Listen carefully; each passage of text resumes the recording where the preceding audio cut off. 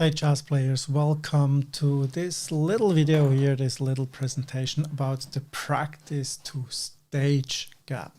And the question is how to get confident for your next jazz performance in the next 12 to 15 minutes. I'm going to share some of my thoughts, some of my experience I had in the last 15 years playing live on stage myself a lot and helping a lot of students to do the same. And this is what we're going to cover here today. This year is presented to you by the JazzMind Accelerator Lab. My name is Petermann. I'm a trombone player and music educator, professor for jazz and improvisation, and professor for music education in Bern in Switzerland. And if you want to have more info about the JazzMind Accelerator Lab, let me know. The question we're going to discuss today is, have you ever felt totally in control during practice, but then once on stage, everything changes and you cannot deliver what you actually practiced for? This is what we're going to have a look at in the next 15 minutes. It's true, the practice stage gap is real and it affects every jazz player.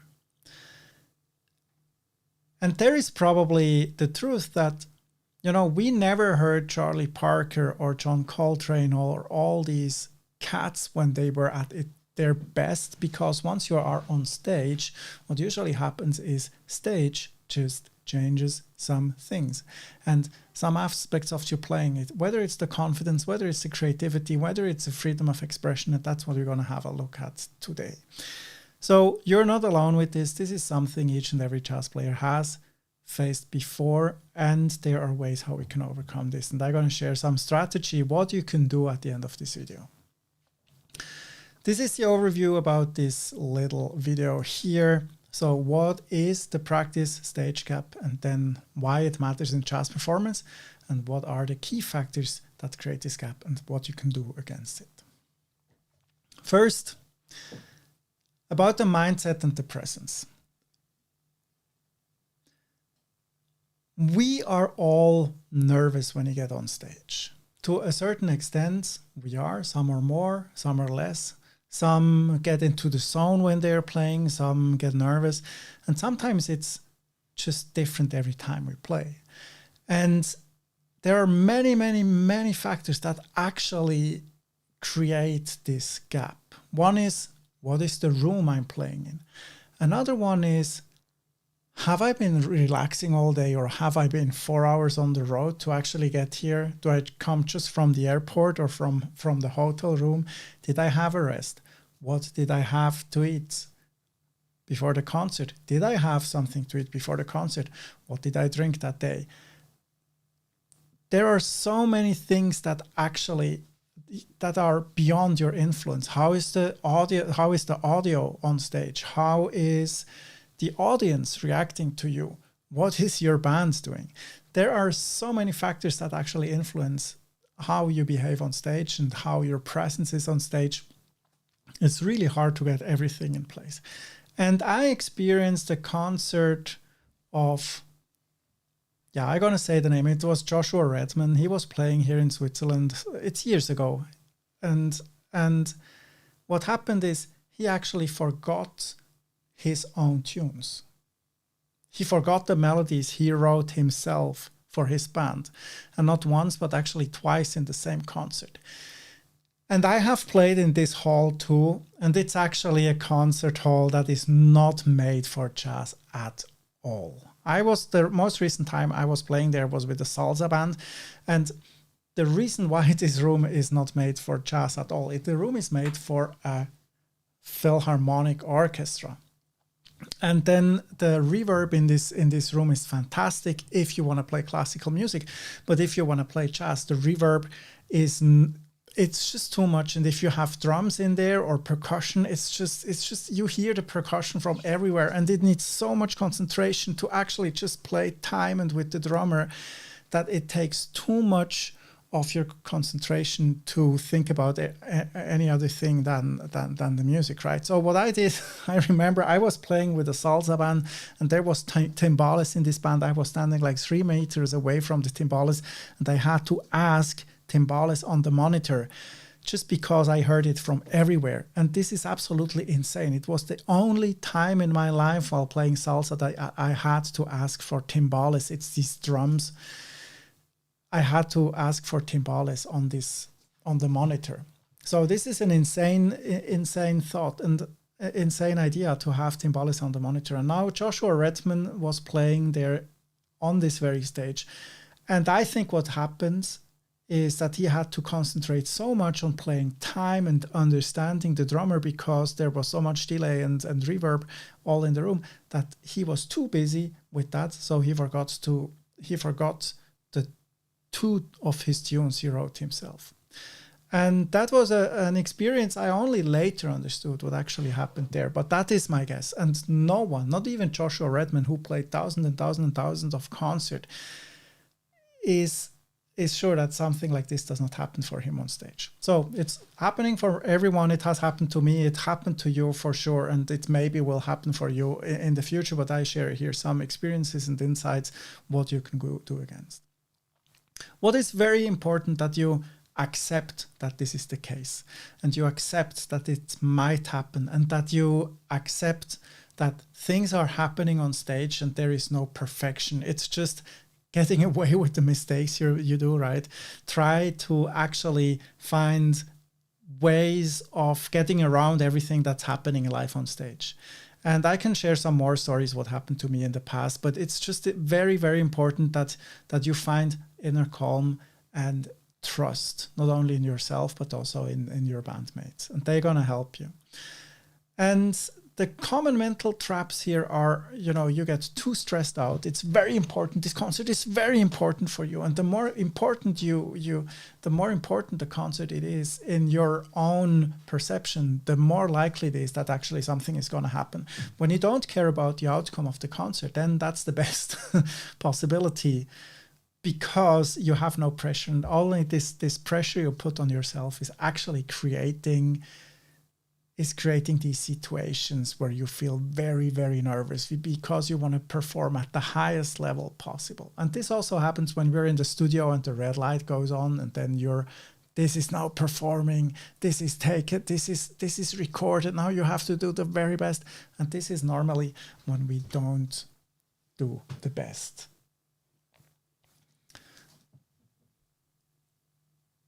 So some nonchalance and be relaxed. That's very important. What I try to do is I have a coffee half an hour before I go on stage, and then I lie down a little bit to relax. And with the coffee and this relaxation and a little warm up, then I'm right at the perfect level of excitement to actually get on stage. It's very important to adapt to the environment. And one of the reasons why what happens is you have been practicing, especially if you are an amateur jazz player and you are playing with your band, you're rehearsing, let's say every Thursday night you're rehearsing with your band, and you're rehearsing with that band, and it's always the same place, it's always the same environment, and the acoustics in this room are always the very, very same.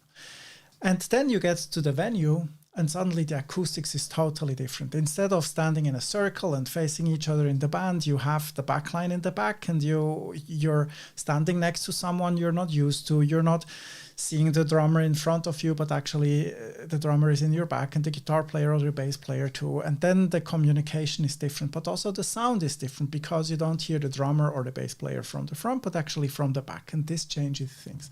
And then maybe you have some monitoring in front of you, and the speakers on the speakers, you're maybe not sure how to adjust it. And then this creates an acoustic environment. It creates an acoustic room on stage that is different than the one you're used to. And if you have time to do a long sound check, then that's good, because then you get used to that place, that stage, that room, that acoustic room that is on live on stage. And this will help you to understand for your orientation. And the more different venues you play in your career, the easier it's gonna be to adapt for you what's important. For me as a trombone player, it's important to hear the drums and the bass. and maybe the other horn players. But I had situations where I actually said, okay, I'm gonna hear enough from the guitar player when he's not on the monitor. It's not the most important. The most important is the drums for the time and the bass player for the pitch and the intonation, and then the horn players next to me to actually understand what's going on there, what's going on there. These are maybe the most important things. And it's also good to try not to have any monitoring first, and then just add a little bit where needed. So you start with 0 monitoring and then only add a little bit. What I see a lot of bands doing is they have some of everything, and then it gets super loud on stage, and then it's unbearable loud on stage, and then it's just going to be crazy to play in such a situation, such an environment. But you should make it as close as possible to an acoustic sound and the sound you're used to from your practice room. The lighting might be different, so you're safe if you have to play it with music stands, with sheet music. Bring your own lights so you can control the light on your sheet music. That's very, very important. And then the space you have, as a big band player, as a trombone player, it's always like, okay, I have to have my slide in between 2 music stands, and there cannot be a microphone stand right in front of me, and I have to see that I'm not hitting the back of the head of the sax players in front of me, and then also what's happening behind me. So the space, you have to have the space you have, and it's good. It's good to have some time during the sound check to actually adjust to this. And what is the third point here? Developing rapid adaptation skills. I think that's crucial. If you've then done 10, 15, 20, 50 sound checks, then okay, I need this, and this, and you always know what to look for, that you're actually comfortable. So doing more sound check, playing more venues, that's going to be very, very helpful for you. And now about the musical confidence. Most of the players would say this is the most important thing, but I think it's not worth anything if you're not ready for the mindset and the environment. Now let's talk about musical confidence. The most important thing is you should have trust into the form, the musical form. And your group role. You have to know, what is my role in this very moment? Am I playing ahead? Am I a solo? It's just accompaniment. And there you need to know all these roles and play it very consciously. And, it happens to all of us. Musical doubt, or moments where you don't know where to go in your solos. And what you can do there is focus on simple things. So I remember a situation where we were playing a very, very big festival outside Europe. We've been working for many years to get there on that stage. I'm not going to say where it was and with what band and everything, but, before the gig, I was leading the gig. I was the musical director of that band by the time. And then before the gig, I clashed with a musician. And I was angry and upset and annoyed. And it was so hard for me to actually focus on the music. And during the whole concert of maybe 60 minutes, I was struggling with myself because it took me so much time, so much effort. We were working on that for years. I put hundreds of hours into making this one big gig happen.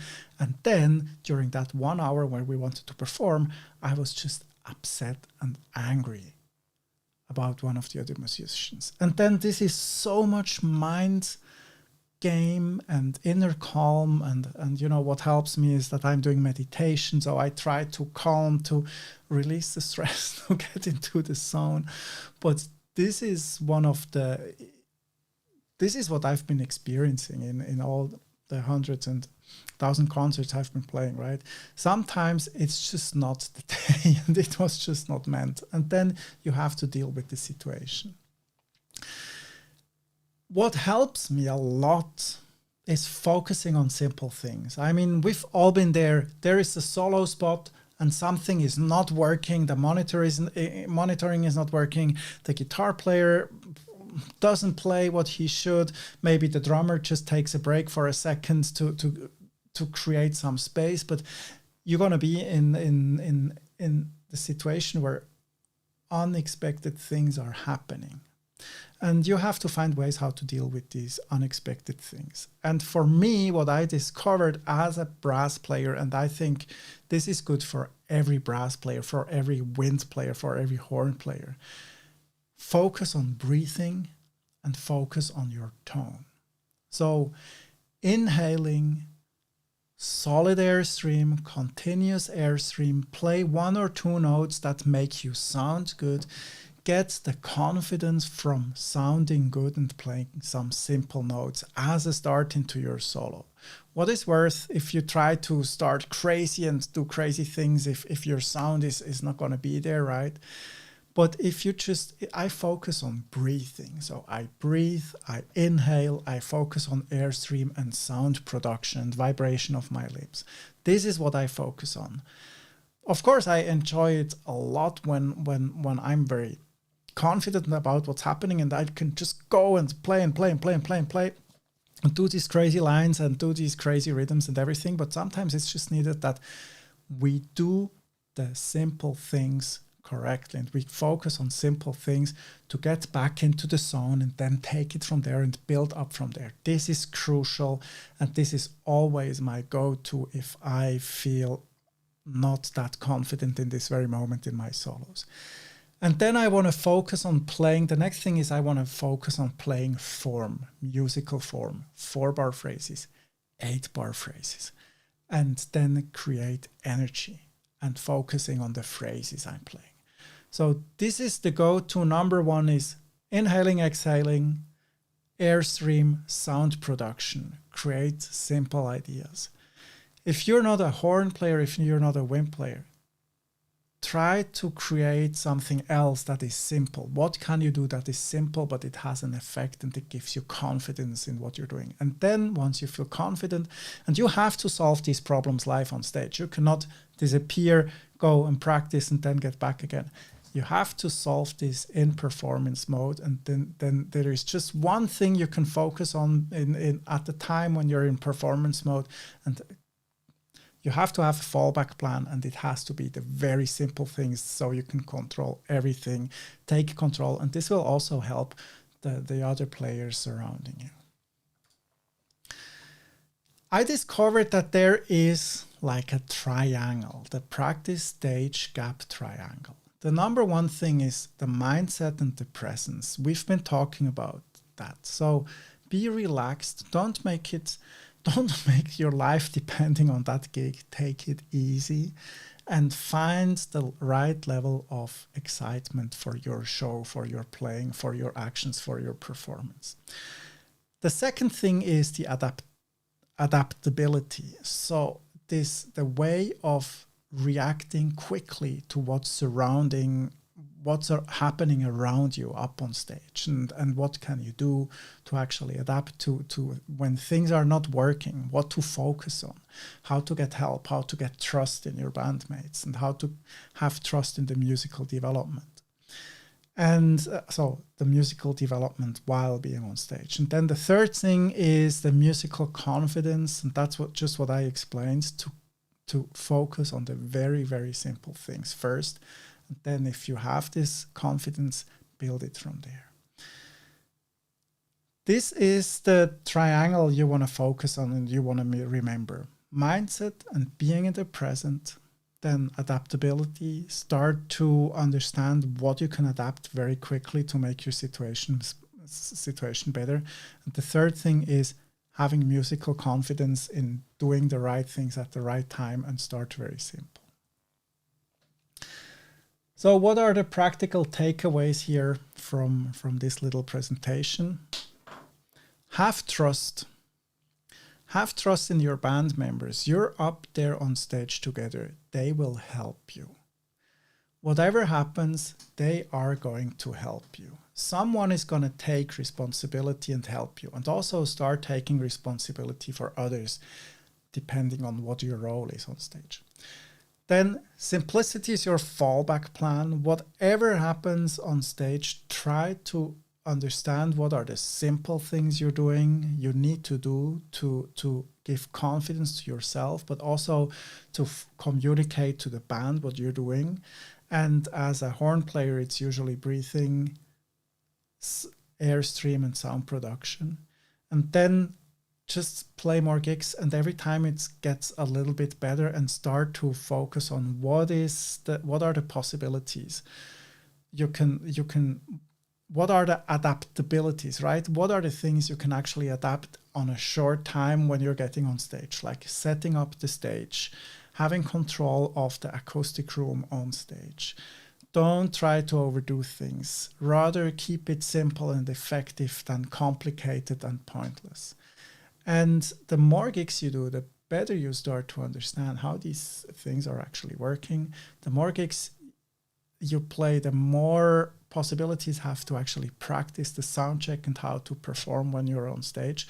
And even if it's small gigs in small venues, this will help your confidence. And when you're confident in simple settings, you're also going to be confident in larger settings. So these are the 3 takeaways from this little presentation. The goal is never perfection. There isn't something like a perfect goal. That's maybe something you can remember. The goal isn't perfection. There is nothing like a perfect gig. It has never happened to play a perfect gig. There will always be mistakes. But accept that there are going to be mistakes and try to have fun by getting away with the mistakes and communicate well with your other bandmates and help each other, because whatever happens, it's the band up on stage. It's not you, it's the band who is shining or not. If you have any questions about what we do in the JazzMind Accelerator Lab, write me an email. You find the email address below in the description of this video here. Join our free Facebook group or register for the free training about how to play jaw-dropping solos live on stage. That's what we help our students with, and I'm looking forward to seeing you around.